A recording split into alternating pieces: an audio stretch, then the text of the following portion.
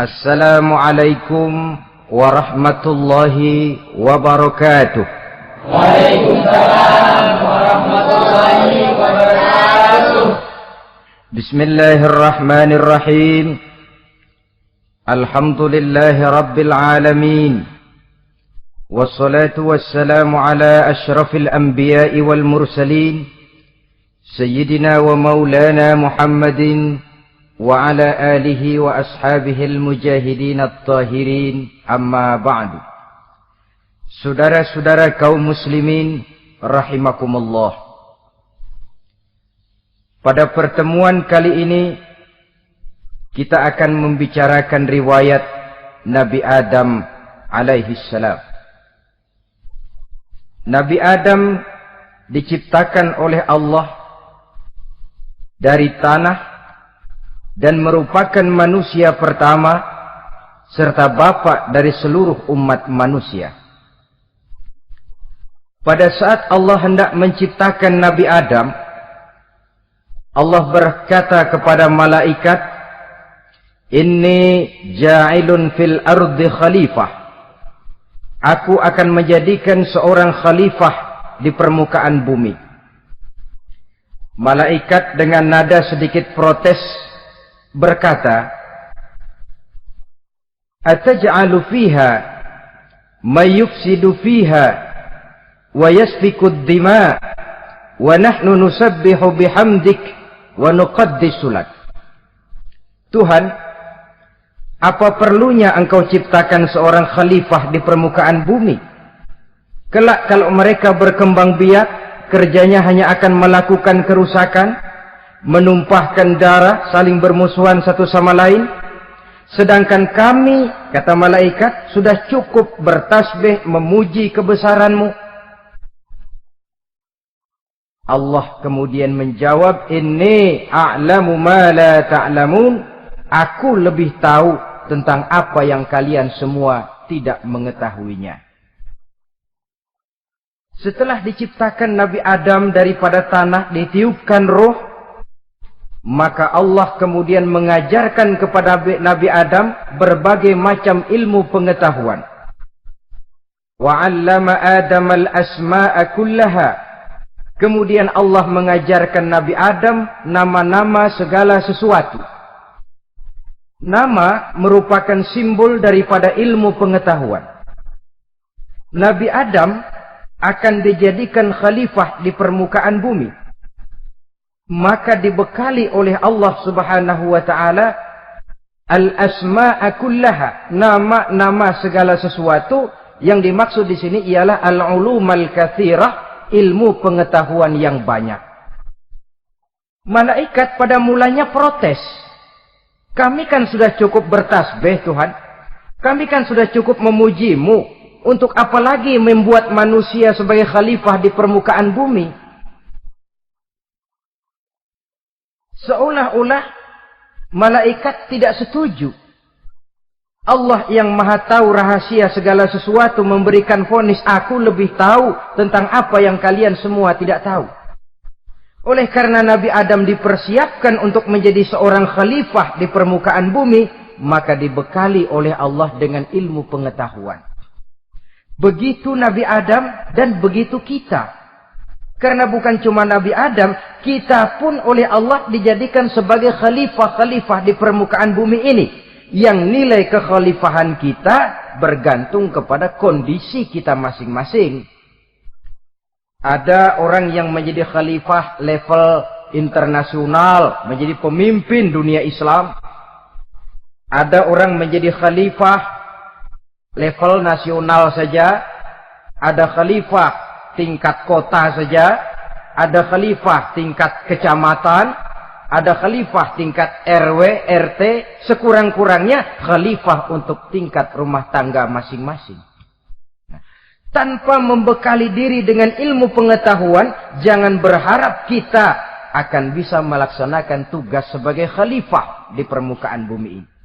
Apapun saja, Nabi mengajarkan, man aradad dunya fa'alaihi bil ilmi, wa man aradal akhirata fa'alaihi bil ilmi, wa man aradahuma fa'alaihi bil ilmi.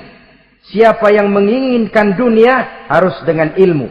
Yang menginginkan akhirat juga harus dengan ilmu. Yang menginginkan dunia akhirat juga harus dengan ilmunya. Tanpa dasar ilmu, maka manusia tidak akan bisa menjalankan tugas kekhalifahan. Setelah diajarkan Adam nama segala sesuatu, dikonfrontir, dihadapkan dengan malaikat. Hei malaikat, kalau tadi kamu bilang buat apa perlunya menciptakan khalifah? Nih bentuknya. Adam. Sekarang hei malaikat, coba kamu sebutkan nama segala sesuatu ini yang ada di sini ini. Malaikat berkata, Subhanaka la ilma lana illa ma 'allamtana. Ya Allah, kami tidak punya ilmu, kami tidak tahu semua itu kecuali apa yang telah Engkau ajarkan kepada kami. Kalau kamu tidak sanggup, Adam, sebutkan nama-nama semua itu. Adam menyebutkannya dengan lancar. Ketika itulah Allah memerintahkan malaikat untuk sujud kepada Nabi Adam alaihi salam. Sujud di sini bukan sujudul ibadah. Sebab sujud ibadah kepada yang selain Allah haram. Tapi sujud di sini sujudut tawadhu' i'tirafan bifadli Adam. Sujud merendahkan diri sebagai pengakuan terhadap keutamaan dan kelebihan Nabi Adam. Maka orang yang banyak ilmunya lebih utama dari orang yang hanya banyak ibadahnya. Bahkan iblis lebih takut kepada orang alim yang sedang tidur daripada orang goblok yang lagi ibadah. Model ini diceritakan dalam Ihya-nya Imamul Ghazali. Iblis masuk ke masjid mau menggoda orang lagi sholat. Sudah masuk di pojok masjid, dia lihat orang lagi tidur. Ngacir iblis keluar, cepat bener. Pucat mukanya. Ketemu di jalan sama temennya. Kenapa lari, Mas?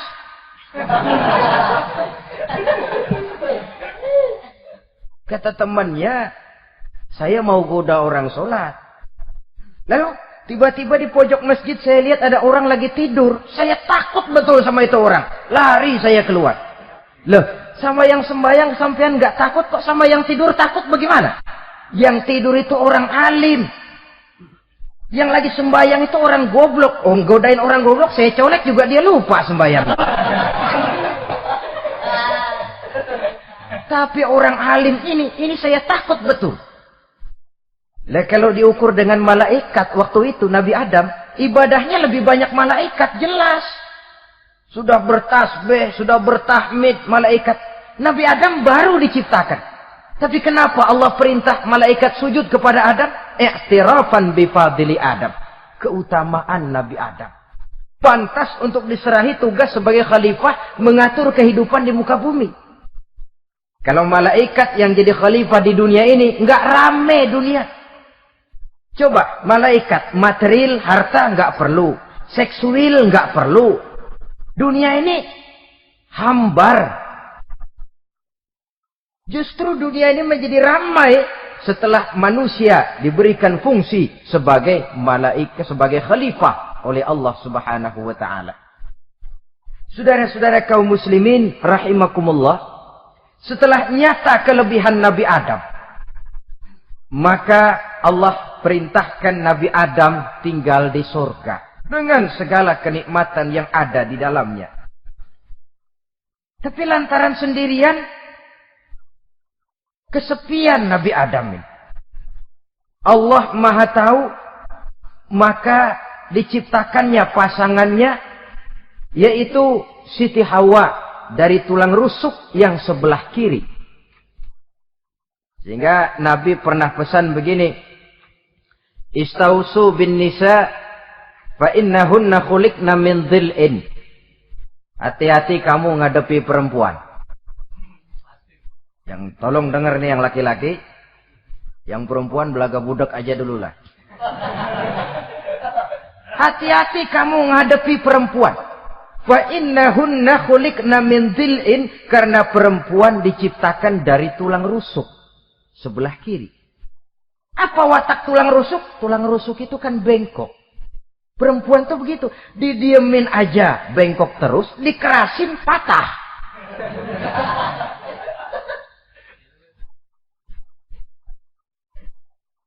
Saudara-saudara, di sini kita ambil satu hikmah bahwa ternyata yang bikin hidup terasa enak karena di sekitar kita banyak orang lain. Bodoh manusia kalau dia merasa bisa hidup sendirian. Tinggal di tengah kampung tapi gayanya gaya orang tidak mau kenal dan tidak mau tahu sama tetangga. Jangankan di dunia, di sorga saja Nabi Adam karena sendiri kesepian. Apa saudara mau tinggal di Jakarta? Apa saja di Jakarta, sudahlah milik saudara. Hotel Indonesia dikasih saudara, Hotel Borobudur punya saudara, Monas buntel mau pulang. Semanggi ambil, tapi di Jakarta saudara tinggal sendirian. Kira-kira enak nggak? Ternyata yang bikin hidup terasa nikmat karena di sekitar kita banyak orang lain. Begitulah Allah ciptakan Siti Hawa. Setelah diciptakan Siti Hawa, natur manusiawi. Nabi Adam mau main pegang aja. Kata Allah, hai Adam, jangan kau sentuh sebelum kau bayar maharnya. Maharnya apa ya Allah? Maharnya antusalliya ala Muhammadin sallallahu alaihi wasallam. Maharnya kau bersolawat kepada Nabi Muhammad. Manusianya belum lagi diciptakan tapi namanya sudah ada. Nurnya sudah ada. Bahkan dijadikan mas kawin antara Adam dengan Hawa. Karena itu dalam Islam sebenarnya urusan kawin itu bukan yang sulit. Maka jangan dipersulit. Tapi juga jangan digampang-gampangin.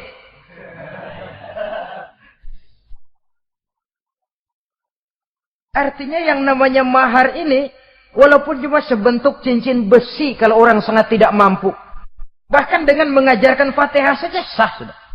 Saya terima nikahnya Fulanah binti Fulan dengan mas kawinnya saya ajarkan dia surah Fatihah. Kalau memang kere betul, tidak punya apapun, sah sudah. Agama ini mudah, karena itu jangan dipersulit, tapi juga jangan digampang-gampangin. Setelah itu Allah memerintahkan, Ya Adam uskun anta wa zawjukal jannah. Hai Adam, kau dan istrimu tinggallah dalam surga. Wa kula minha ragadan haitsu syi'tuma. Segala makanan yang ada di dalamnya boleh kau makan. Pakaian yang aneka warna boleh kau pakai. Nikmati seluruh fasilitas yang ada di surga ini. Cuma atu aja Adam.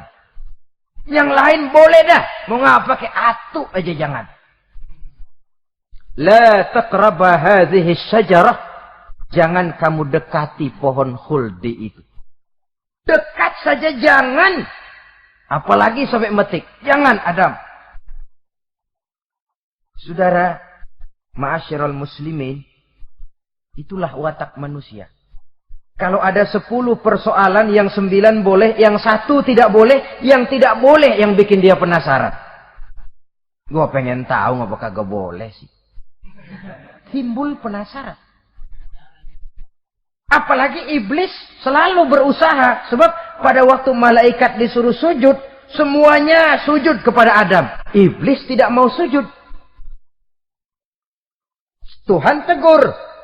Iblis, kenapa kamu tidak mau sujud? Mana mungkin Tuhan. Saya kan dibikin dari api, kata iblis. Adam dari tanah. Unsur api lebih mulia dari unsur tanah. Masa saya harus tunduk kepada Nabi Adam? Gengsi dong.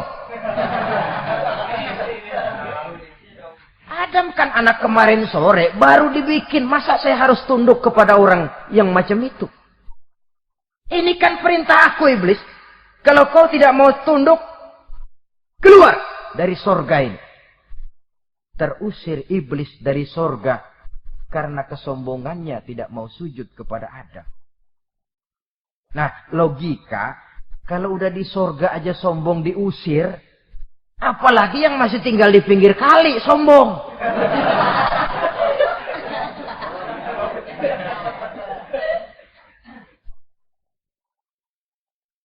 Tapi sejak peristiwa terusirnya itu, iblis bikin proklamasi.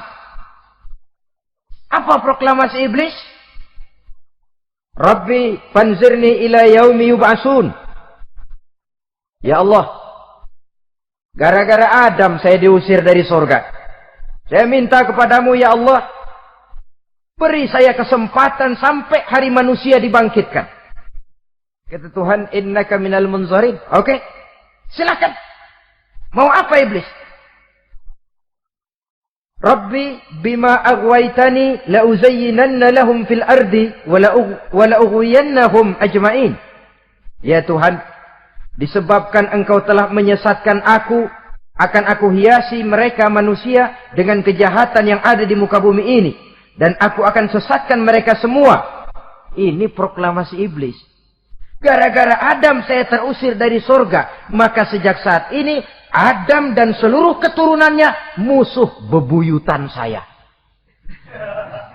Akan saya lakukan segala macam cara untuk menggelincirkan manusia agar mereka menjadi orang yang engkau murkai ya Allah. Kemudian Allah memberikan jawaban. Dialog ini saudara bisa lihat dalam surah Al-Hijr ayat 40, 41 sampai 44. Kata Allah apa? Inna ibadi laisa laka alaihim sultanun illa man ittaba'aka minal ghawin.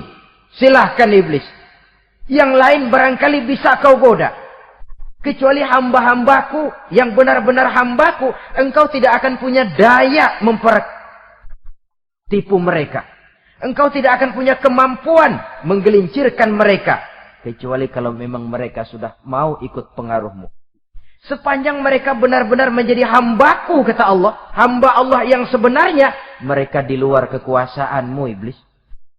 Tapi kalau mereka sudah turun menjadi hamba harta, hamba dunia, hamba pangkat, budak jabatan, mereka itu yang bisa kau gelincirkan.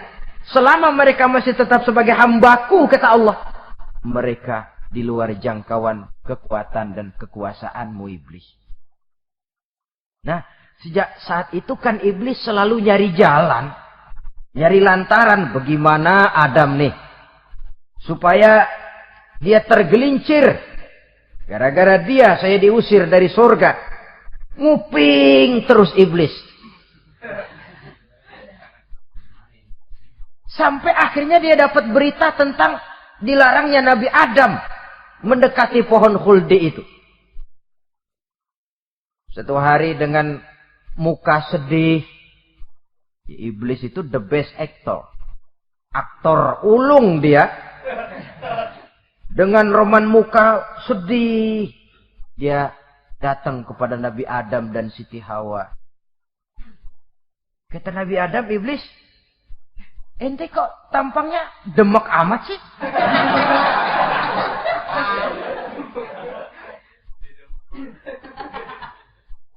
Kenapa begitu sedih? Adam, saya sebenarnya tidak ada yang bikin saya sedih. Cuma saya dapat berita bahwa engkau tidak akan selamanya di dalam surga ini. Wah Adam, kalau engkau bisa tetap tinggal di surga bersama istrimu, alangkah bahagianya saya, kata iblis. Tapi saya dapat kabar, ente nggak bakalan lama-lama di surga. Buktinya ente dilarang makan buah khuldi. Khuldun artinya kekal. Kalau kau makan buah itu, kau akan kekal di surga Adam. Tuhan nggak pengen, makanya dilarang. Wa qasamahuma inni lakuma laminan nasihin. Untuk memperkuat omongannya, sumpah si iblis. Bener Dam, saya sih ngomong cuma buat kepentingan ente. Saya sayang sama ente. Yang tahu cuma saya dah. Bicaranya seolah-olah untuk kepentingan Nabi Adam. Sebenarnya tujuannya tidak lebih menjerumuskan Nabi Adam. Begitu iblis zaman dulu, zaman Adam. Dan begitu iblis zaman sekarang. Seolah-olah bicaranya untuk kepentingan umat Islam. Tapi sebenarnya tujuannya ngelecehin. Memperdayakan umat Islam. Dia bilang kepada Adam, saya sih cuma ngasih saran Adam, kalau ente pengen selamanya di surga, petik aja tuh buah. Pokoknya beres dah. Itu si Tuhan ngelarang aja bohongin doang lo. Supaya kau dan istrimu tidak lama-lama di surga, maka dilarangnya kau memakan buah khuldi itu. Udah, embat saja. Saudara-saudara, tipu daya iblis ini bisa kita baca dalam surah Al-A'raf ayat 20 sampai ayat 22. Nabi Adam tergoda, ditambah oleh bujuk rayu Siti Hawa. Nabi Adam yang setengah hati itu akhirnya terpancing betul. Sebab itu perempuan, walaupun peranannya tidak begitu kelihatan, tapi memang sangat menentukan. Tidak ada seorang suami bisa sukses jadi apapun dia tanpa peran serta istrinya. Karena itu sebagai muslim, kita punya teman hidup dan kita punya lawan hidup. Siapa teman hidup kita? Dalam arti sempit, teman hidup kita, istri. Kalau dia istri tentu suami yang taat kepada Allah dan Rasulnya. Dalam arti luas, teman hidup kita ialah setiap muslim. Setiap orang yang pandangan hidupnya sama dengan kita. Itu teman hidup. Lalu lawan hidup kita siapa? Lawan hidup kita secara mutlak iblis dalam segala bentuknya. Iblis yang berbentuk halus, ini ngusirnya rada lebih gampang. Konon ya, iblis setan itu kalau dengar orang azan kan lari. Takut dia. Dibacakan bismillah, minggir. Yang sulit diusir ini iblis yang berbentuk manusia. Diazanin nyengir.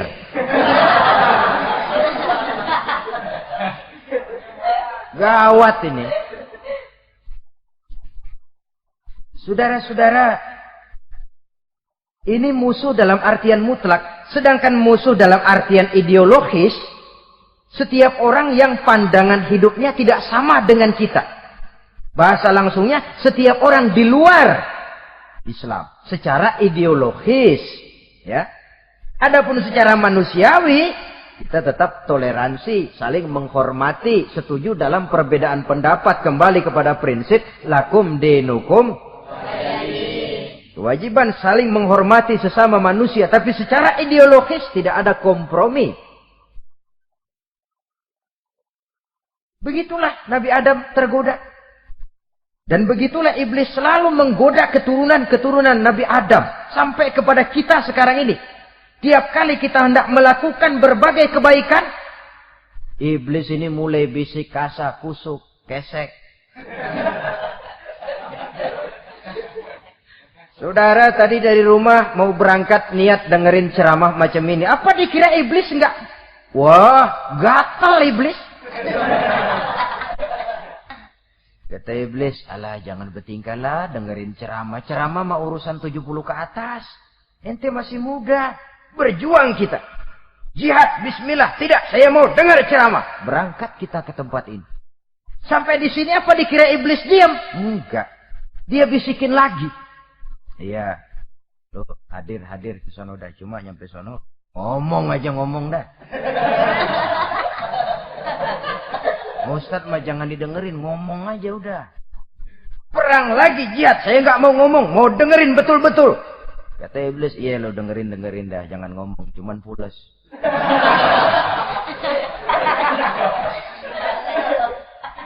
Segala macam cara dilakukan oleh iblis untuk menggelincirkan manusia.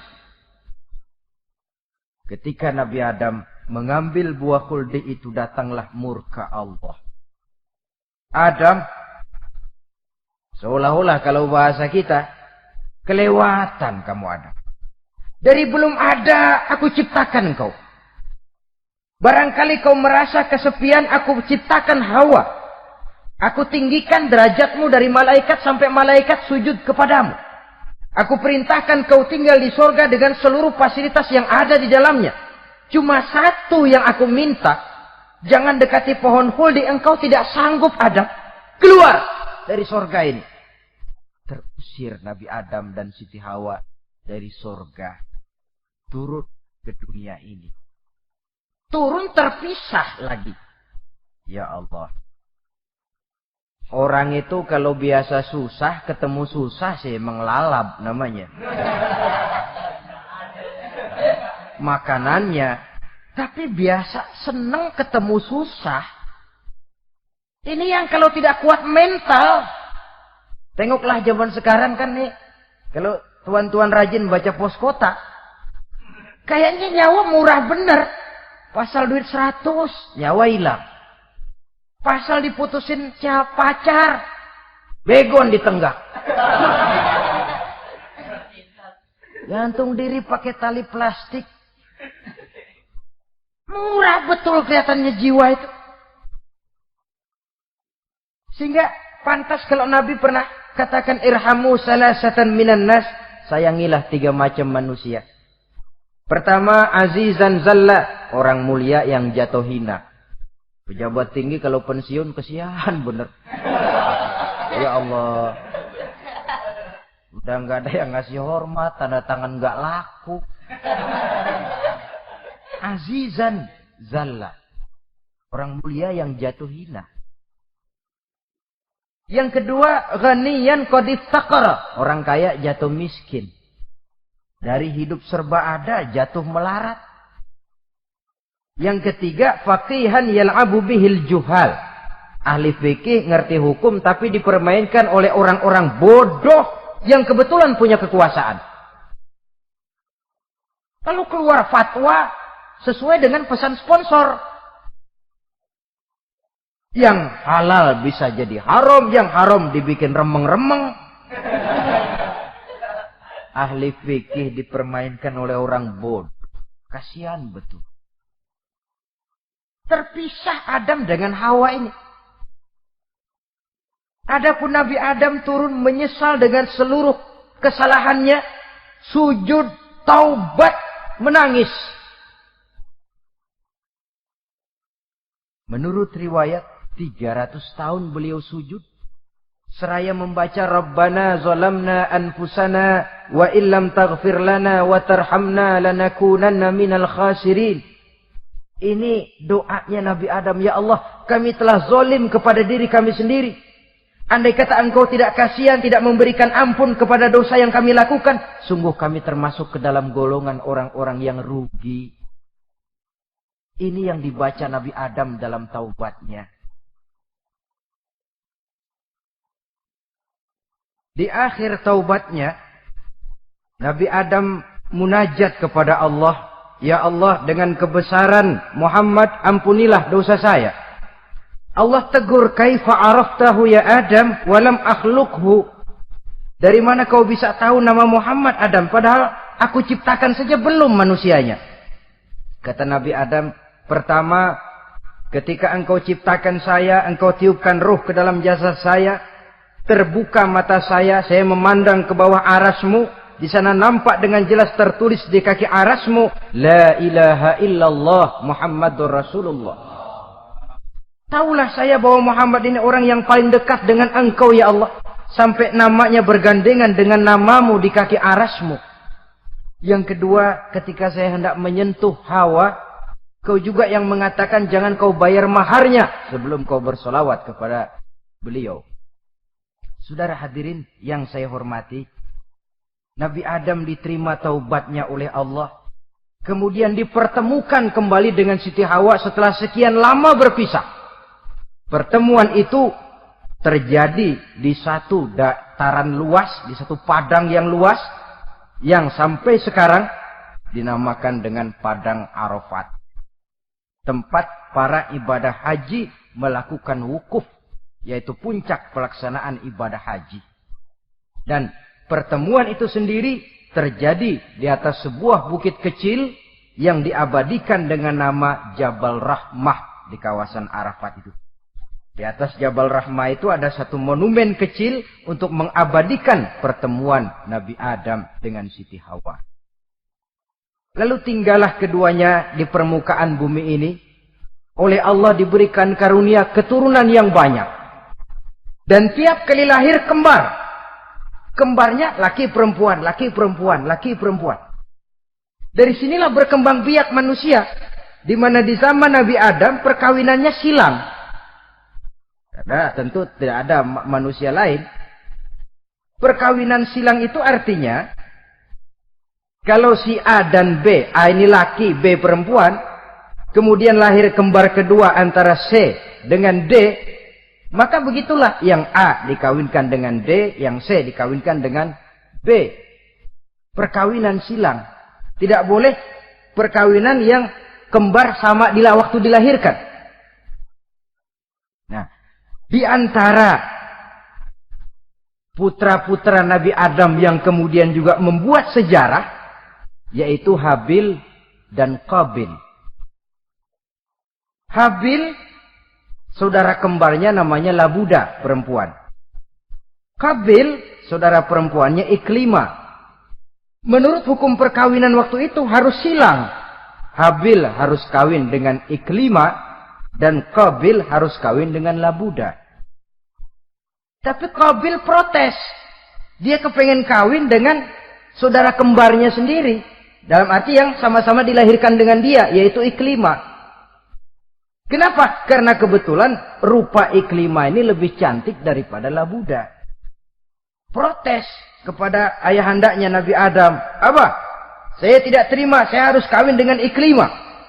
Tidak, Qabil, kamu harus kawin dengan Labuda. Enggak mau. Kenapa dengan Labuda? Kurang kece.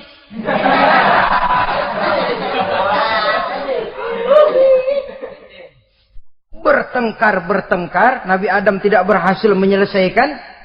Lalu diserahkan saja kepada Allah. Kata Allah begini saja. Bikin korban. Kamu berdua, Habil, Qabil. Siapa yang korbannya aku terima, dia boleh kawin sama Iklimah. Ternyata korban yang diterima adalah korbannya Habil. Jadilah Habil kawin dengan Iklimah. Tapi Qabil tidak puas. Dendam kesumatnya timbul, iblis ngilikin. Resek. Akhirnya dibunuh saudaranya Habil ini. Inilah sejarah pembunuhan pertama dalam kehidupan manusia. Qabil membunuh Habil. Habis dibunuh bingung. Bagaimana naruhnya ini mayat? Allah lalu memberikan petunjuk. Dalam Al-Ma'idah ayat 31 itu dijelaskan. Ada burung gagak berantem sama burung. Yang satu mati. Nah, oleh yang masih hidup, tanah ini dicakar-cakar sama kakinya dan sama paruhnya. Sehingga berbentuk lubang. Bangkai saudaranya itu dimasukin ke lubang itu, lalu diuruk lagi pakai tanah. Oleh cakar kakinya dan paruhnya itu. Sehingga Qabil, cara ini bisa. Itulah sejarah penguburan pertama dalam perkembangan manusia. Oleh karena itu, Nabi memberikan penjelasan, man sanna sunnatan hasanatan falahu ajruha wa ajru man amila biha wa fi riwayatin wa ajru man tabi'aha. Siapa orang yang melakukan satu kebajikan, dia akan mendapat pahala dan pahala dari orang-orang yang mengikuti kebaikannya. Misalnya saudara membentuk pengajian. Ramai pengajian saudara. 1000 orang yang datang ngaji, 1000 orang saudara dapat pahala. Sponsor kebaikan. Sebaliknya, wa man sanna sunnatan sayyi'atan falahu ismuha wa ismu man amila biha, ay wa ismu man tabi'aha. Siapa yang memulai suatu kejahatan, dia akan mendapat dosa dan dosa dari orang-orang yang melakukan atau mengikuti kejahatannya. Umpamanya saudara mengadakan pesta. Lalu dalam pesta itu terjadi segala macam maksiat. Maka seluruh maksiat yang terjadi malam itu di tempat itu, saudara ikut dapat dosanya. Kenapa? Sponsor. Tiap kali ada pembunuhan, Qabil dapat andil dosa. Kenapa? Sponsor. Tapi kalau 2 orang muslim, ini masalahnya Habil nggak ngelawan kan, dibunuh. Tapi kalau 2 orang muslim berkelahi, kata Nabi apa? Apabila 2 orang muslim saling berbunuh-bunuhan, maka al-qatil wal maqtul finnar. Baik yang membunuh ataupun yang dibunuh, dua-duanya neraka. Sahabat heran, ya Rasul, kalau yang ngebunuh masuk neraka pantas, tapi ini yang dibunuh kenapa neraka juga? Soalnya sama-sama niat, cuman keduluan aja. Itu kan masalahnya. Andai kata dia nggak terbunuh, dia yang akan membunuh. Niat itu sudah ada. Dan kalau Habil ini dia tidak punya niat membunuh, dia memang dibunuh oleh Qabil. Saudara-saudara kaum muslimin rahimakumullah. Lalu dari situlah berkembang biak keturunan Nabi Adam alaihi salam. Sehingga dengan demikian bisa kita katakan sebagai satu konklusi. Pertama, bahwa manusia adalah makhluk Allah yang menempati kedudukan tertinggi. Dan berasal dari Nabi Adam sebagai manusia pertama. Dengan malaikat sekalipun, manusia sebenarnya lebih tinggi. Kapan? Kalau dia tetap benar-benar sebagai hamba Allah. Yang membekali diri dengan ilmu pengetahuan. Laqad khalaqnal insana fi ahsani taqwim. Kami ciptakan manusia dalam bentuk yang paling baik. Dan ketinggian manusia itu tidak ditentukan oleh bahan-bahan dari mana manusia diciptakan. Tapi ditentukan oleh adanya roh yang ditiupkan ke dalam jasadnya. Dan kemampuan yang ditimbulkan oleh nilai-nilai rohaniah tadi. Kalau secara biologis kita ini semua bahannya sama.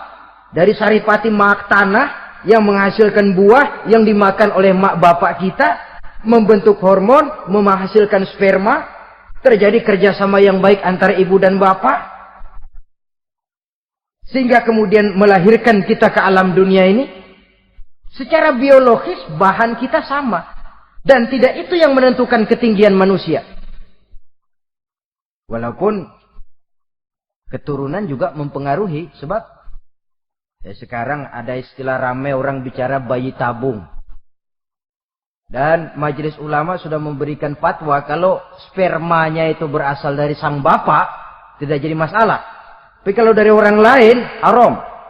Yang lebih celaka lagi di negara maju, tidak lewat proses alam rahim. Jadi dalam satu tabung yang diberikan suhu yang mirip dalam kandungan, di situ dipertemukan antara sperma, air mani laki-laki, dengan ovum, air mani perempuan. Diberikan suhu yang mirip dalam kandungan, dan itu diharapkan bisa menghasilkan manusia lewat tabung kaca itu. Saya tidak sanggup bayangkan kalau sekarang orang tanya usul asal-usul kita, kan kita masih enak jawab. Kamu anak siapa? Oh, bapak saya Fulan, ibu saya Fulana. Oh, kenal saya. Tapi manusia yang akan datang kalau proyek ini berhasil, bapakmu siapa? Enggak tahu, saya dulu keluar dari tabung, Pak.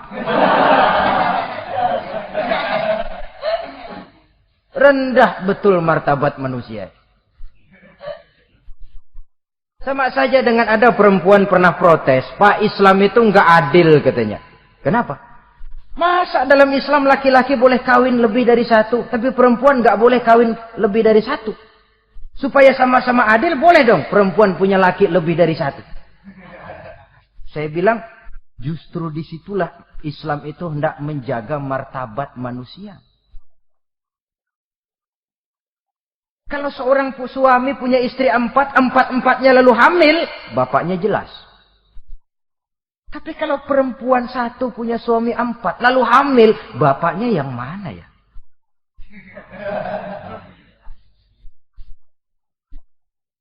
Rendah martabat manusia.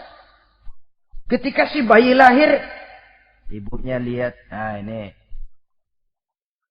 jidatnya kayak si A ini. Ah, sudah ini anakmu saja nih, jidatnya jidat kamu. Kata, antar dulu jidat saya, tapi kuping B ini nggak mau saya. Terkatung-katung si anak tanpa tahu kemana dia mesti manggil bapak. Ibu daftarin anak ke sekolah, Pak Guru tanya lagi, ini bin siapa, Bu? Bingung lah, udah tulis Bu, bin rame-rame.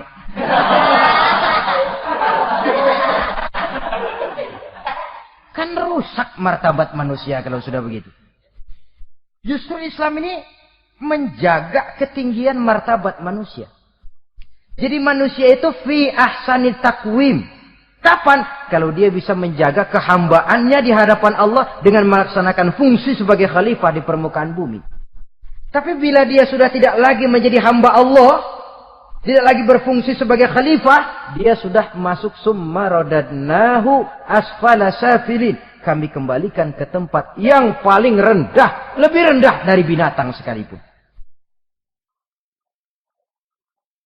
Kalau dia tetap menjaga posisinya lebih tinggi dari malaikat, malaikat saja sujud kepada Nabi Adam.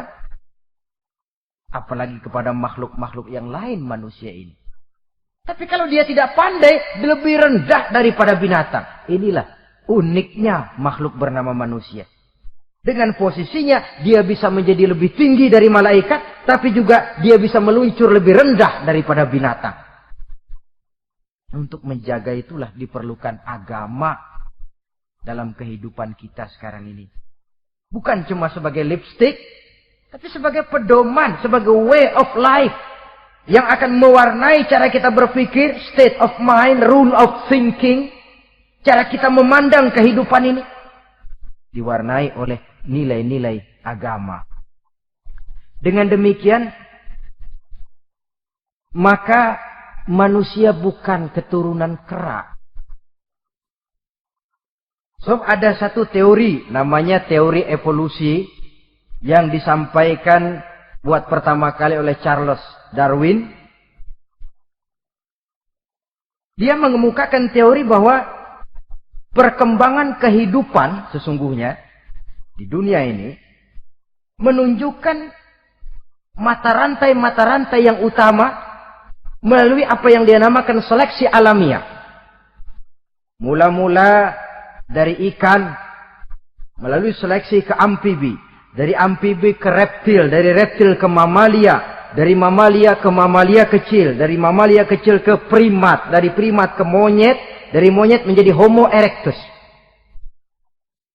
Ini teori Darwin.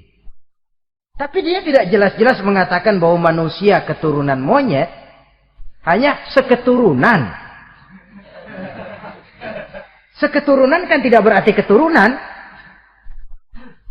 Begini saja. Toyota Kijang sama Toyota Corolla itu seketurunan. Tapi Corolla dengan Kijang kan lain. Cuma seketurunan. Dalam arti sumbernya sama. Makhluk yang tidak tahan seleksi alam oleh udara yang sangat dingin, perkembangan cuaca yang sangat panas, gempa bumi dan sebagainya, seleksi alam dia namakan, hilang, musnah dari peredaran. Seperti ada binatang raksasa itu dinosaurus, sekarang kan cuma tinggal dongeng saja, tinggal nama atau kerangka. Itu oleh seleksi alam dia nggak lulus, hilang. Yang bertahan, yang lulus seleksi alam. Manusia walaupun kecil yang lulus seleksi alam ini. Biar dihantam gempa bumi, angin topan, tetap aja ngejedok. Nah, teori Darwin ini, teori evolusi ini didukung dan dibuktikan oleh peninggalan fosil atau binatang dan tumbuhan yang hidup dan mati selama perkembangannya. Dari bentuk organik pertama hingga pendahulu terdekat daripada manusia. Tapi ada satu kelemahan dari pokok daripada teori evolusi ini. Pertama, garis perkembangan dari Homo erectus, yakni manusia jalan tegak, semacam gorilawi itu, sampai kepada manusia mutaakhir masih belum menentu. Artinya, okelah, kalau manusia seketurunan dengan kera, batas antara manusia yang wujud sekarang dengan manusia purba itu apa? Yang menjadi penghubung. Monyet tidak mungkin. Ini dianggap mata rantai yang hilang. Missing link namanya dalam istilah ilmiahnya. Dan ini masih dicari sampai sekarang. Kalau pendahulu terdekat manusia mutaakhir ini manusia purba. Katakan Homo erectus. Manusia jalan tegak. Lalu generasi sudah itu sebelum berbentuk manusia apa? Ternyata sampai sekarang masih ada missing link. Mata rantai yang hilang. Lalu yang kedua, teori evolusi berhenti kepada manusia mutaakhir. Kalau memang kita manusia sekarang ini hasil evolusi, tentu kita akan terus berevolusi lagi. Dan akan jadi apa kita nanti? Ternyata sudah ribuan tahun manusia tetap manusia begini-begini aja. Tidak berevolusi kita ini. Apa lalu matanya jadi cuma satu di tengah? Hasil evolusi? Kan tidak. Tidak berevolusi. Jadi kembali kepada Quran, manusia pertama adalah Nabi Adam. Dan manusia-manusia berikutnya keturunan daripada Nabi Adam. Dan bukan hasil evolusi daripada monyet. Juga tidak akan berevolusi kemana-mana. Kalau demikian benarkah teori evolusi? Untuk mengatakan mutlak benar, bukan wewenang kita. Untuk mengatakan salah total, juga kebenaran ilmu adalah relatif sebagai relatifnya daya pikir manusia. Di samping dia harus membuktikan kebenarannya, maka kebenaran ilmiah adalah kebenaran yang relatif dan temporer. Contoh kecil saja. Dulu orang berteori bahwa bagian yang terkecil dari suatu benda namanya molekul. Kan begitu? Molekul ini nggak bisa dibagi-bagi. Bagian yang paling kecil dari suatu benda namanya molekul. Ilmu terus berkembang. Ternyata molekul sebenarnya terdiri daripada atom. Atom itulah bagian terkecil dari suatu benda yang nggak bisa dibagi-bagi lagi. Nah, berubah sudah teori pertama. Tidak jadi molekul sekarang, atom. Belakangan, rupanya atom masih tersusun dari partikel-partikel. Partikel inilah bagian yang terkecil dari satu benda. Berubah lagi sudah. Dan tidak mustahil akan ada penemuan bahwa partikel pun masih bisa dibagi-bagi lagi. Begitu juga dengan teori evolusi ini. Sehingga beberapa ahli semacam Dr. Charles Oxnard, Dr. Jane Paul Hallett dari Chicago dan California, mereka sudah membantah teori evolusi ini. Namun masalah paling pokok dari kita ialah kita diciptakan oleh Allah berasal dari Nabi Adam alaihi salam. Nabi Adam diciptakan dari tanah. Dan kita bukan hasil dari evolusi, juga tidak akan berevolusi. Nah, lalu kepada makhluk bernama manusia diberikan fungsi sebagai khalifah di permukaan bumi ini. Ini yang dulunya malaikat protes. Sebagai khalifah, tugas kita apa? Khalifah Allah di muka bumi. Menerjemahkan sifat Allah sesuai dengan batas-batas kemanusiaan kita. Allah Maha Pengasih. Berusahalah kita pengasih kepada makhluk sesuai dengan batasan manusiawi kita. Allah Maha Menolong. Ringan tanganlah kita menolong orang yang memerlukan sesuai dengan batas kemampuan kita. Fungsi khalifah. Untuk bisa berfungsi sebagai khalifah secara baik, kita harus mempunyai modal yang dinamakan ilmu pengetahuan. Dan Islam sangat menggalakkan itu. Jauh dulu 14 abad yang lalu, dari desa kecil yang bernama Mekah, yang peta belum muat, orang di dunia belum kenal, sudah keluar seruan utlubil ilma walau bisin, tuntutlah ilmu walaupun di negeri Cina. Ngomong Cina di Mekah, padahal Mekah waktu itu belum masuk peta, belum dikenal orang. Sudah ada revolusi ilmu dan budaya. Belajar walaupun harus nyebrang ke negeri Cina. Lalu ada lagi misalnya, Alimu auladakumus sibahata warrimayah, kata Nabi. Ajarkan anakmu renang dan lempar. Lempar lembing, lempar cakra. Olahraga. Satu tanda Islam agama masa depan. 14 abad yang lalu di Saudi Arabia, Nabi mengajarkan, ajari anakmu berenang. Kalau Islam agama untuk orang Arab saja, mau berenang di pasir. Tapi wawasan pandangannya luas. Bahwa Arab sebagian besar memang Islam, betul. Tapi Islam bukannya Arab, itu juga jelas. Sepanjang kita masih menjadi khalifah Allah, maka sepanjang itu kita fi ahsani taqwim. Nah, sebagai khalifah Allah kita bertugas membudidayakan alam ini. Kita kadang-kadang terlalu. Ada ayat, wa ma min dabatin fil ardi illa 'alallahi rizquha. Semua yang melata di muka bumi dijamin rezekinya oleh Allah. Ayat itu betul. Hak karena datang dari Allah. Bahwa rezeki disediakan di muka bumi memang.